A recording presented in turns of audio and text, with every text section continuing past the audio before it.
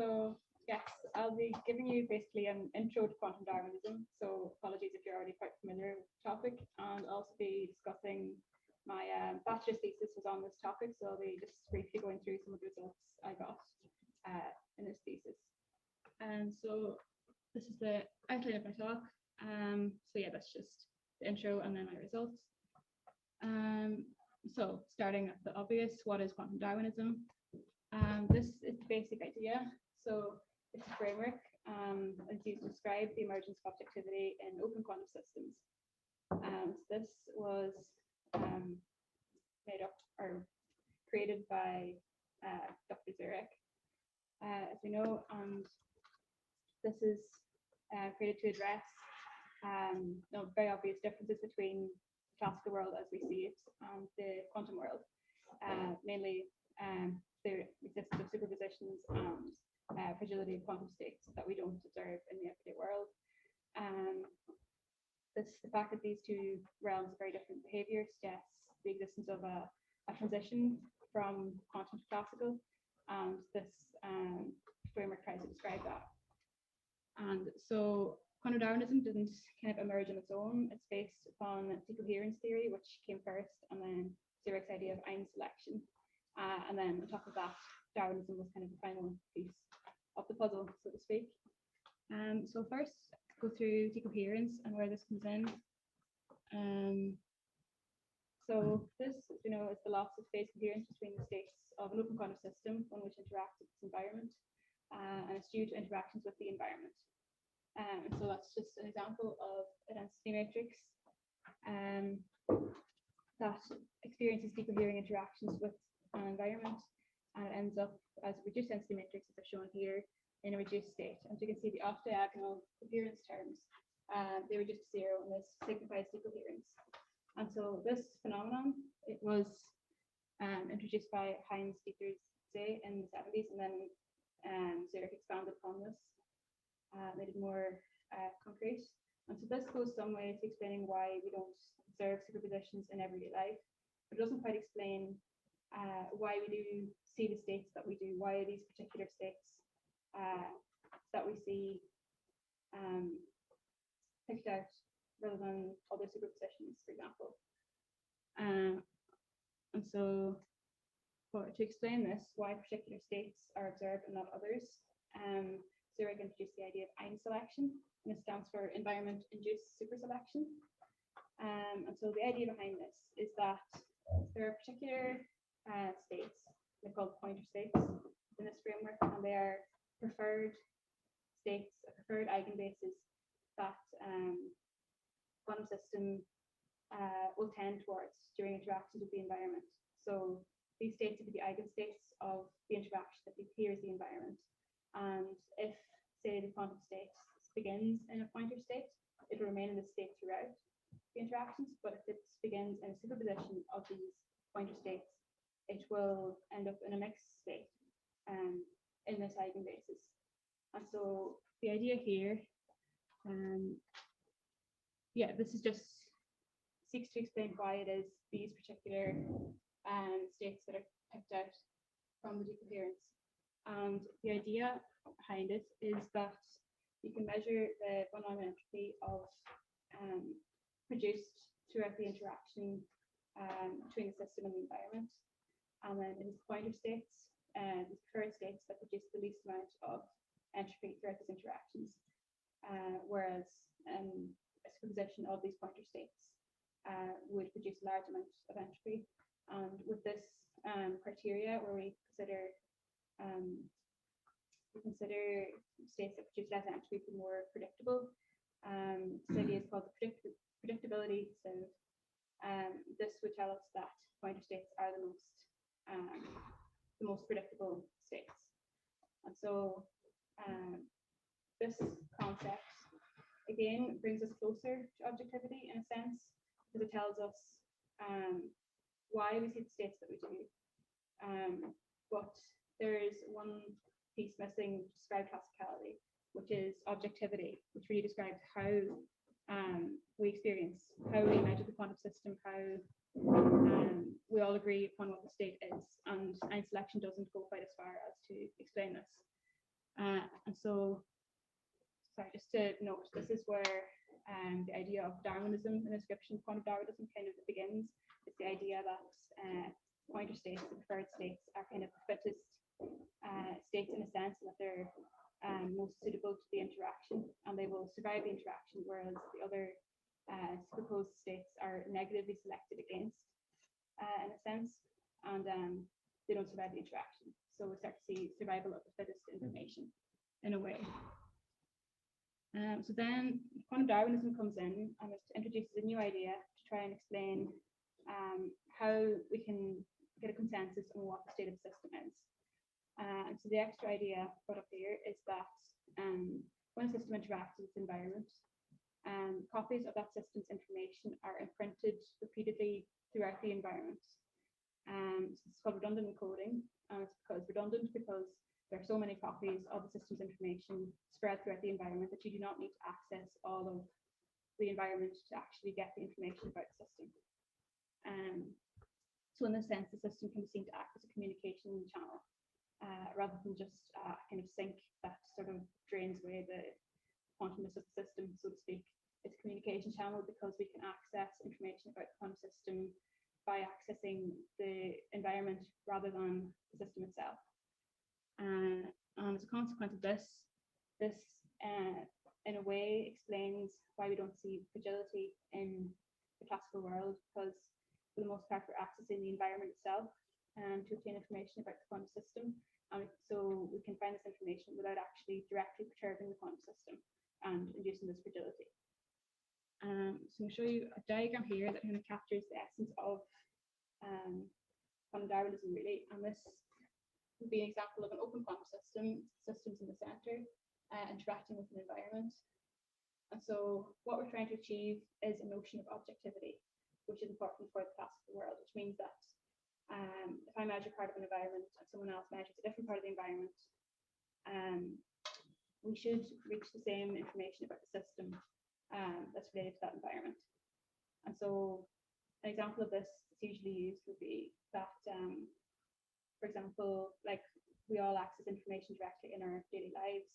Like when people look at an object, you're not like getting the information directly from the object, you're getting it from photons bouncing off the object and into your eyes. And so you don't have to access all of the photons to actually get the information about the system. And then in the classical world, different observers accessing different photons will agree with the system. So this is kind of basic essence of classicality in our daily lives. But what it means in the quantum system is quite similar. So that in that example of the quantum system and its environment, one observer could measure environment qubits E1 and E2, and if they reach same information about the quantum system as a different observer measuring a different part of the environment, then we can say that environment is objective. And now there are stronger definitions of objectivity, which I'll mention later, but this would be the original definition. This is what we're seeking to achieve when we look for quantum Darwinism in a system, states objectivity. And so this can be made more concrete using this quantity mutual information. So that's what's found there. It's just the polynomial entropy of the system and a particular fraction of the environment minus the shared entropy between them. And so this would quantify what a system and a particular environmental fraction EF, what they know about each other, basically. Sorry? So yes. S is just the standard von Neumann entropy. Yes. And S with the EF is just E stands for the environment. Environment. Okay. And the F is it means it's a particular fraction of the environment, not the whole thing that you're considering. Yes. Okay. Okay. So as you know, so S is like system and S like entropy. Yes, unfortunately, yes. Yes. And so we can use this quantity and we can use it to find mutual information between the system and different sized fractions of the environment. And then we can obtain plots similar to these. So these plots here of it's the mutual information versus fraction of the environment that you intercept to obtain it. And this is the easiest way really to look for quantum Darwinism. So this shows three systems with very, very different properties. And so I'm not sure if you can see the colors very well, but the brown curve, which is the flat over the middle. Use the stick. Oh yes. Or like pointer stick. Okay. The state. That is our classic Darwinistic state that we're looking for. That plateau is the signature that we're most concerned with. And the reason that we look for this is because along this x-axis, this is the amount of the environment that you're intercepting. And so according to this curve, the vector of the system, you need to intercept a small fraction of the environment first to get some information about it. So obviously before you intercept, you don't know anything about it. But once you've interrogated a small part of the environment, then the more and more you intercept the environment, you're not actually increasing the amount of information you have about the quantum system. So that signifies an objective environment, that someone could intercept a small amount or a large amount of the system, say, and they will have consensus about what the system is, the information about it. And then this contrasts then with these two other systems. So for example, this green one. This is not true objectivity because someone can intercept this fraction of the environment and someone else can intercept this much. But this person will have much more information about the quantum system than the person that intercepts this much. So that is a non-objective system. And then just to kind of further this system here is an extremely non-objective system because up until you've reached nearly half of the environment, until you've measured nearly half of it, you have no information about the system, and then very suddenly you have a lot of information. So the jump occurs exactly at f equal 1/2, or well, it's in general for these kind of plots. If you have your system environment starting with your it will be symmetric. So yeah, it would happen roughly in the middle. But what it means really is if an observer measures this amount of the environment, they'll know nothing. But if they increase it a little bit to this amount, they'll know a lot of it, all of it. So that's a strongly non-objective system. So basically, this is the marker that we're looking for when we look for quantum Darwinism. And will you give us concrete examples how to get this upper curve or lower curve? Yes, this exact curve is what I'm looking for throughout my own examples. So how do you define the fraction of environment? It's like the number of measurements that you... Like for the environments, you kind of, well, I was considering kind of a simple environment with just a small number of qubits. You are too coupled too much. No, we are not. I mean, you just like you talk to So yeah, it's the number of qubits, that compose the environment. Yeah, so say you have like a 5 qubit environment, you just measure 1 qubit at a time, and then that would give you a certain fraction. Then you would measure 2 qubits and trace out. Could you go one step up in your presentation? Previous slide. Oh yeah, of course. Oh yes, here. So basically, you have so many of those. Yes. So yes, is it correct? So you look how many of those you somehow intercept with the fraction. Yeah, I see. And look, it's more general than this, but that's the model that I use just to make it simple 1 qubit at a time. But it doesn't have to be like these can be different sizes in principle, or you know. So like 2/5, yes, or 2/6. So yes, I'll be returning to this because this is the signature that I'm looking for. But just to give a bit more of a motivation for this quantum Darwinism in general, there's been some quite recent experimental evidence for it, which is quite promising. So this is a simulation that's carried out with photons quite recently, and I think we have a 5 qubit environment and a 5 photon environment and a 1 photon system, designated system, and then you would use photons scattered off them to measure what the system the environment will tell you about the system. They're designed to mimic random scattering, but they weren't random. But then, because then you measure what the photons measured from the environment, they obtained the mutual information for different environmental fractions measured, and obtained a plot similar to the one previously. So they defined the Darwinistic plateau in this case. And so this is promising, but at the same time, it's kind of set up somewhat, I don't know, artificially. So there's a more, arguably more promising example, which is using a nitrogen vacancy center. And this is more, this is the kind of different experiment because it involves matter. And so in this case, you have a nitrogen defect atom within a diamond, and it would have naturally have a spin in relation to other atoms. So this is a natural interaction between the unpaired electron and the other atoms. So you don't have to actually induce the interactions, they happen of their own accord.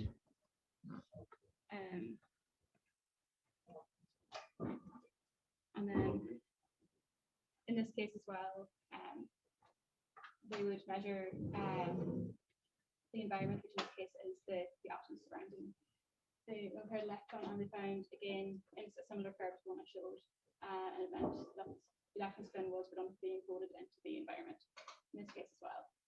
There's two recent examples, and as well as experimental examples, quantum Darwinism has been generalized in different ways and studied from different directions. So there's a lot more to it, but this is just one example of it's a spectrum broadcast structure. This is a particular type of quantum system that satisfies stronger conditions for objectivity than traditional quantum Darwinism. So if you yes. Yeah, by the way, so JK stands for Jarosław Korwicz, I presume? I believe so. Yes, yes. So, because R stands for Richard in Pawłowicz. Yes. I believe so. And yes, so in this, to obtain these spectrum broadcast structures, you impose stronger conditions for objectivity onto the system than you do in the traditional quantum Darwinism, where it was just kind of the objectivity was different observers measuring the environment. There's an extra one here. It takes the non-perturbation of a system a bit more literally. So it assumes there's a non-demolition measurement that would leave the whole system unchanged, and then also assumes strong independence of the environment. So it's like, yeah, the only correlations between the environmental parts is just the fact that they share information about the quantum systems. There's no other kind of correlation. And so with these two conditions, you'll end up with an exact type of structure for the system environment state, which is very interesting because it's brought objectivity down to the level of the system environment itself. So that's just one example. There's many more of generalizations happening to quantum Darwinism. So moving on now to the results that I got when I studied this. And so the model that I used was quite a simple one. It's the same as I was showing you with the system with 2 qubits and just the 1 qubit, environment with 2 qubits and 1 qubit system. And they would interact with each other with collision models. So that means that there was one Hamiltonian that just connects the system with one of these qubits at a time. So they interact individually. And you can tune the interaction by this J. These would just be the value matrices acting on, say, the kth part of the environment. And that would be the value matrix acting on the system. So this is very versatile. You can easily tune it to different interaction types. And these interactions will be happening in sequence, so just one after the other. And so this is just a kind of. And K is of course index which it labels all environment, section of environment. Yeah, it labels which particular one E. Yes, and they are the same. For each environment, this Hamiltonian looks the same. Yes. Can you sequentially evolve them, like first with the first, like bipartite kind of evolution? You first couple with the first environment, and next and next and next. This one. Yes, although the order, we kind of generalize the order doesn't really matter. It was randomized and then averaged over. Yes. But yeah, importantly, actually, these would all start in the same initial system. So that's, I think, part of the definition of collision model. And this number of this environments, this K is huge, yes? If you 1, 2, 3, 4, 5, up to huge numbers. It's kept quite small actually for Uh-huh. what I was doing, but those simulations were quite large. It just was computationally very expensive if it was small. So practically you use the K run from 1 to. I think it was 5 to 9. Okay, usually. okay. Not so So good. it's Okay. not so good, very much. I think part of the reason was that we wanted to keep the dynamics of the environment involved as well. So in this case, at the end of the interactions, we wanted to know, get information from the environment as well, rather than say having a master equation. So it's computationally more intensive that way. So this is just a very simple infographic there, but this is just the different parts of what I studied. So first, I looked at the interactions that took place between the system and the environment, to see which interactions led to quantum Darwinism, which did not.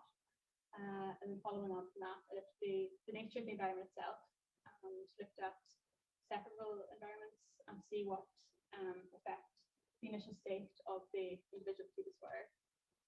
And then I moved on from there to say, what if there weren't, what if the environment wasn't a separable form of different qubits? What if it was actually initially entangled? Could we still see quantum Darwinism arise?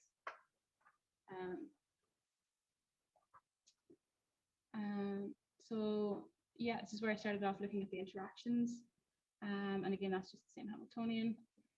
And so when I looked at the Z interactions, so in this case, with Hamiltonian, the JZ would be non-zero, and the 2 would be 0. I found this distinctive plateau again signals quantum Darwinism. And so this would just be, there's 4 different curves considering 4 to 9 qubit or 6 to 9 qubit environments, and they all are quite consistent in giving quantum Darwinism.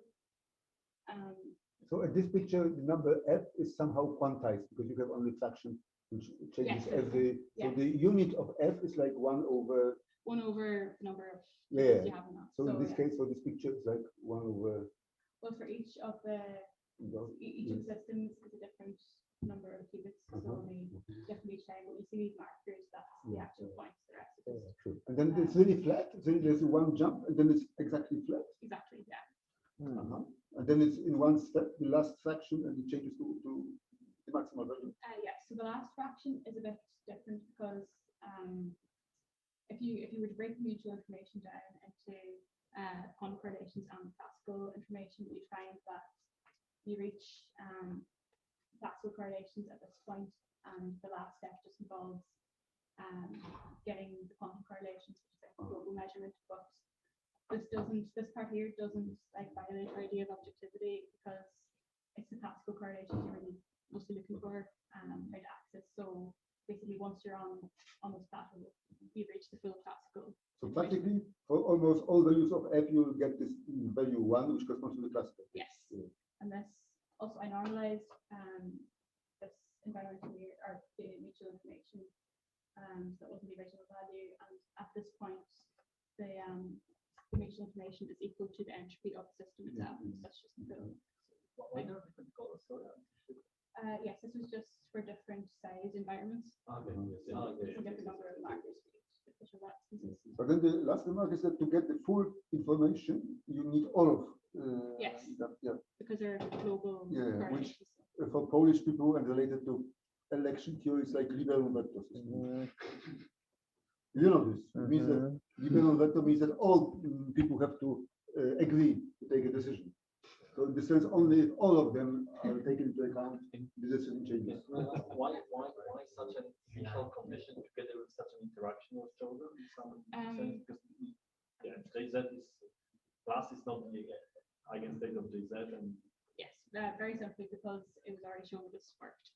sorry, It was shown, this was in previous literature, it showed that it worked. So I Okay, wanted yes, to I see. kind of reconfirm it and then see what I could change from there. okay. Yeah, simple answer to that. And the motivation to use a conditional model is exactly to recover this plateau and check that Darwinism is happening. Pretty much. So in this case, it is just. So, and what does it change if you don't have a conditional model? Because I would expect that this behavior would appear right. Can you repeat, sir? If instead of a conditional model, you have like a full interaction with the environment. And what does it change in this case? It depends on the interaction type. So I'll actually show later, because these set interactions, they commuted with each qubit. With this interaction, you can just have one collision at a time, and it's equivalent. So later on, I continued to use the Z interaction, and I just did it as one big collision, basically. But in the case where they don't commute, you would choose to do them individually and then average over. Yes, so just reconfirming previous literature.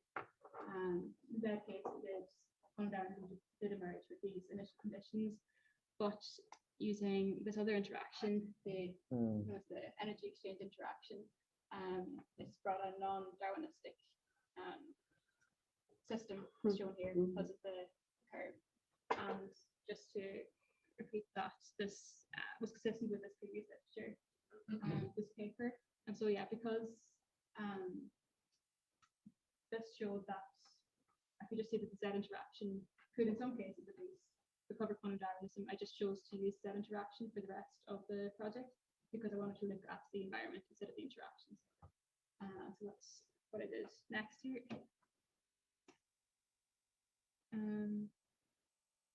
Yes, so now keeping the Z interaction, the decoherence interaction, I wanted to look at the environment and vary what those initial environment qubits were. So this is just the exact same as the previous plot I showed you with the Z, except I just have an axis for time as well, so you can see it periodically becoming Darwinistic and going back to the original. So yeah, this is the same thing, but just to see it in comparison to other environments, and also to see more concretely what's happening. I've shown the density matrix for the quantum system here, or will this be the reduced density matrix for it. So we can see full decoherence occurs at particular values of time when these off diagonal terms would reduce to zero. So that's when it periodically becomes Darwinistic and back again. So this is in contrast with the system. So was this like the T, or was there on the x-axis? Yeah, that was a T. Sorry, very small. And that's just the original fraction we had on the original. So yes, we see the redundancy plateau emerge in this case, but by contrast, when we begin the environment in the plus Z state, we see a very different system emerge. It's just flat. It's completely non-Darwinistic. And to see this more concretely, then I also get the density matrix. And so in this case, we see the off-diagonal terms. They're exponential. They can never both reduce to zero. So you're never going to get full decoherence of the system, so Darwinism can't emerge. And so just to does not emerge. And so I just did this for a few values between these two states. So just where I have here this general equation for the initial environment qubit, I varied that parameter A, and I found when I compared the entropy of the system, which is a measurement of the entanglement of the environment, versus this coefficient A squared, where the A is in the that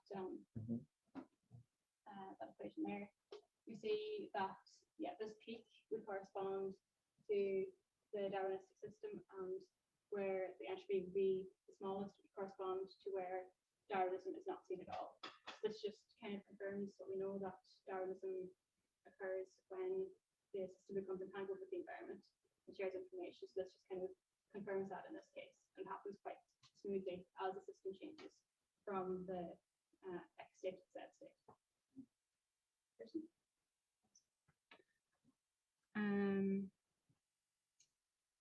Yes, and this is a bit of an aside really, but this is just showing what's happening to one of the environmental qubits as these interactions are happening. So this is where we have a completely general case for the initial system and the environmental qubits. And I just want to point out that you can see the coefficients from the quantum system end up encoded in the density matrix for the system as well. So this is just exactly what I'm talking about when we see information about the quantum system imprinted onto the environment. It's just kind of literal showing that to happen. And so what I showed in this section was just that quantum Darwinism, whether or not it arises at all, depends very much on the initial state of the environmental qubits. And also, this plot I showed the system entropy, this suggested that correlations between system and environment are necessary for quantum Darwinism to emerge. And I just said seemed to be because I didn't by any means prove this, but it's consistent with the theory which does state that entanglement between system and environment is what induces quantum Darwinism. So that was the factorized environment. So next thing I did was moved on to structured environments. So I was just looking at 3 qubit environments because in this case it's only 2 inequivalent entanglement types to look at, and then 3 is also the minimum number of qubits you need to obtain a redundancy curve with the 3 points. So yeah, you can do it too. And so starting off with the sorry, 2 3-qubit environments. That's the environment. But yeah, but you System have is 2 not copies of GHZ or 2 copies of W, or one of those. Separately, one of each. Okay, So, one of each. yeah, Okay. and this doesn't show the Separate. Yeah, the system would be here. It's not shown. Mhm. So in the first case of the GSZ environment, this was the density matrix I got when I carried out these interactions. So we can see in this case that for certain values of time, this can decohere completely. And I also confirmed this with the redundancy plateaus did emerge. Just a second. And yeah. T is a time, yes? Yes. But it goes only one cycle, or after decoherence, it will, if you allow T go on, you will see the revival. Yes. But is it so? You will not see the revival, or you would? Yes, you would. Same as the previous one. It would go, I don't know, because it's unitary evolution, the whole Okay, system. So I haven't shown the plot here, but yeah, you do see the redundancy plateau emerge. And this revival will die when you increase the elements of the bed, right? If the bed is, let's say, composed by infinite number of particles, these revivals disappear, right? To be honest, I'm not too sure about that side of it. Sorry. Okay. This decreasing evolution. Yeah. Is that a system qubit, right? Yes, this is the system qubit in this case. But now when your off diagonal terms decohere with this cos 680 term, I suspect your differential form for now, like, or the master equation is not will come from a tool. It's not exponential, right? Yes, same as the previous So one. it should have some sort of gamma-2 integers. I didn't really explore that, to be honest, but I'm interested in it. So yeah, but definitely like this cos 60, like definitely shows signature of when you write the time local master equation, that the detail is to have a detail. the switch is the present with the cosine term, which shows on No, I was just asking like whether you are restricting yourself. I thought like you were talking only about Markovian, but now this shows a signature of non-Markovian. At least in terms of sequence. Well, the environment is very small, right? The environment is very small. There is definitely not there is a lot of non-Markovian things. Just interact with them and then interact back. So that I understand because definitely you have a revival. See, like when you say like a finite size environment, even non-Markovian doesn't make sense because always you have this sort of a revival. But this particular thing is not being an exponential. Might have that sort of significance in terms of like CP.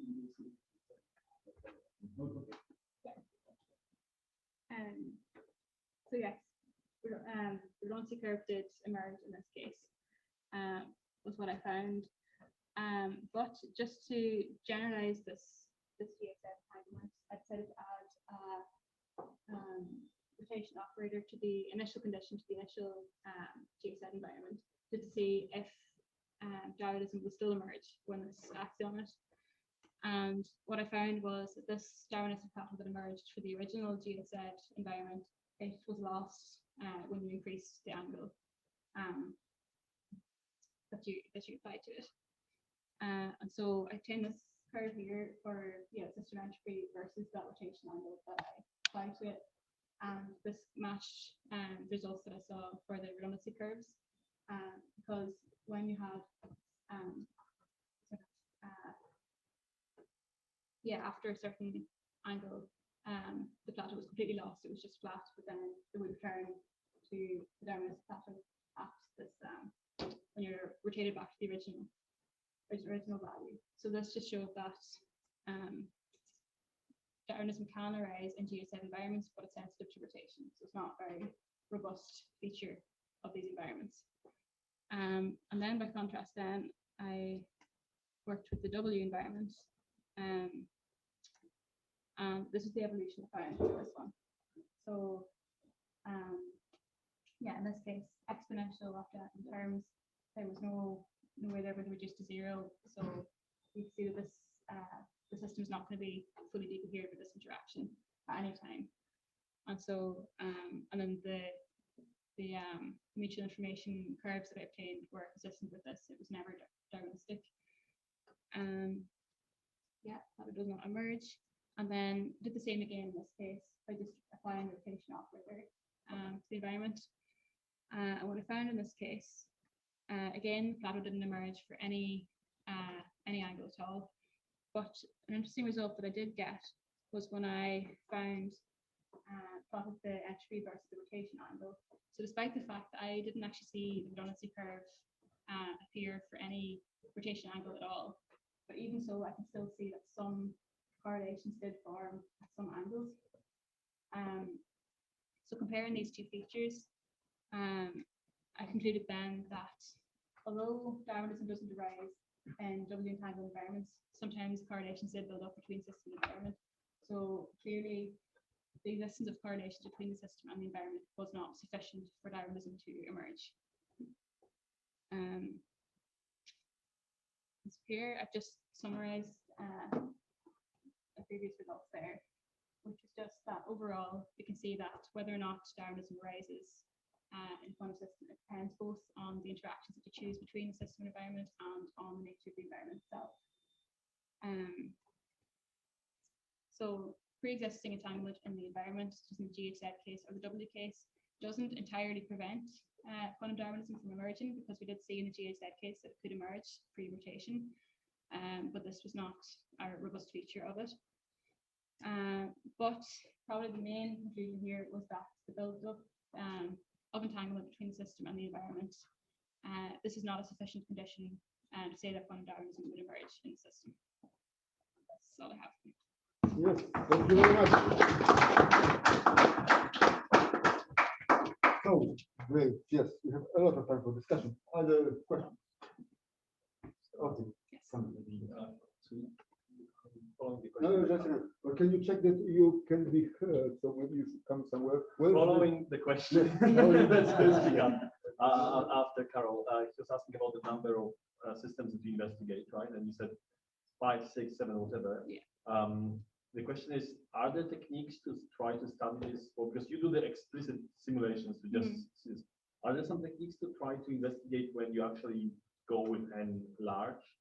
Like this, probably what is assumed is that this Darwinism actually works for n being large, right? Because so. I'm not familiar with techniques that you could use, so I don't actually know. Okay. For when you're doing the flow system evolution, I'm not sure. Okay. But for when you reduce it, it's easier. Okay, thanks a lot. So, Conrad, please check whether maybe some people from the external audience. Well, there's would like to on the ask. chat, so I don't know.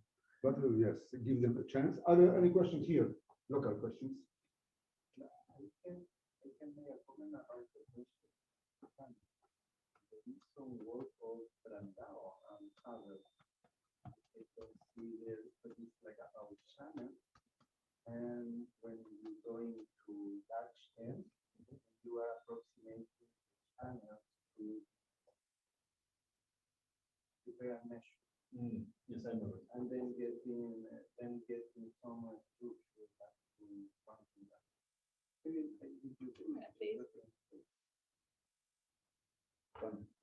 Yes, but Diego, yes, you. Have you analyzed how the computation of the observables of your system and your environment could affect the Darwinism or not, the presence? I'm not sure if the question is well defined, but for example, in a adiabatic case, you do not adiabatic is when your system commutes with, uh, and here, depending of your choice of your interaction, you have a situation in which your system doesn't commute with the observables. Have you thinking and analyze this commutation? How this commutation could affect your conclusion? See, I think in taking a dead interaction, I think it typically did commute with the, like, I'm not sure if I fully understand the question, sorry. Okay. But we can discuss later because I'm not sure if my question is well defined. Okay, Oliver, yes. Yes, I don't know anything about it, so it's probably very secret, but like, I guess my question is, what does it mean for my system to be balanced? Like, should I be happy with something? Should I use something useful? Like, I don't know. I guess it means you can understand why it is classical, why a system that is, why we perceive it as classical. Okay. That is the main kind of underlying goal, I think, is to explain why something that's as an underlying quantum system is not perceived as this in day-to-day life. So I guess there's a theory that explains classicality, but we don't know whether it's true, right? I mean, it's a theory, there's a general idea, and we really try to check whether it's happening.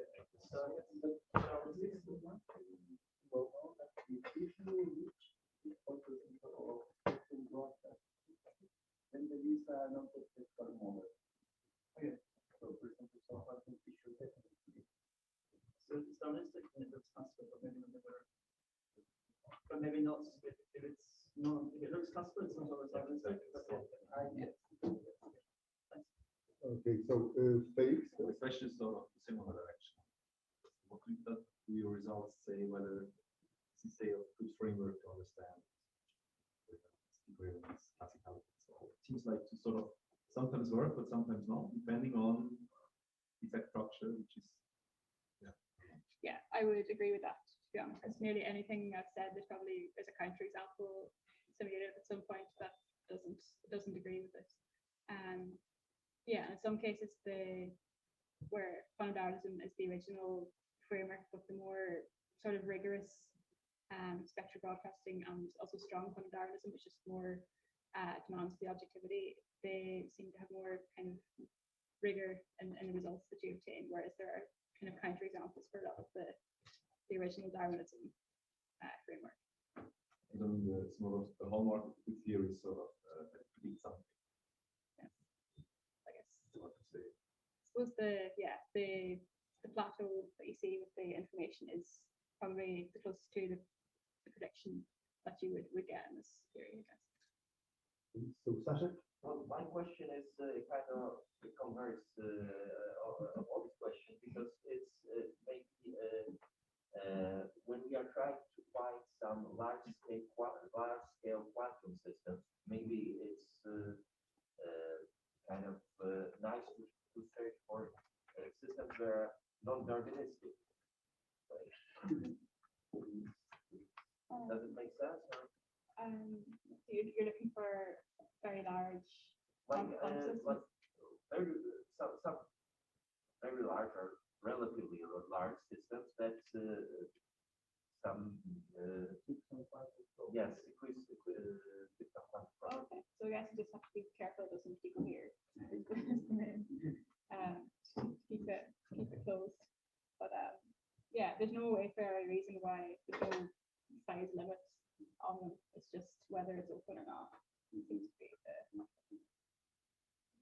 So as you see, people studied like classical boundary or limit of quantum mechanics for many years, but due to various papers of Zurich, some of them were written, let's say, in the previous millennium, like 20 years ago. Maybe you know there's a very nice cartoon against the border between classical and quantum, which was published in the Zurich paper in some Physics Today, a popular physical journal. And I think she was also known because of those deep contributions to explain why, basically in short, why in classical world we don't see quantum effects every day. As you see here, maybe there are some quantum effects, but basically don't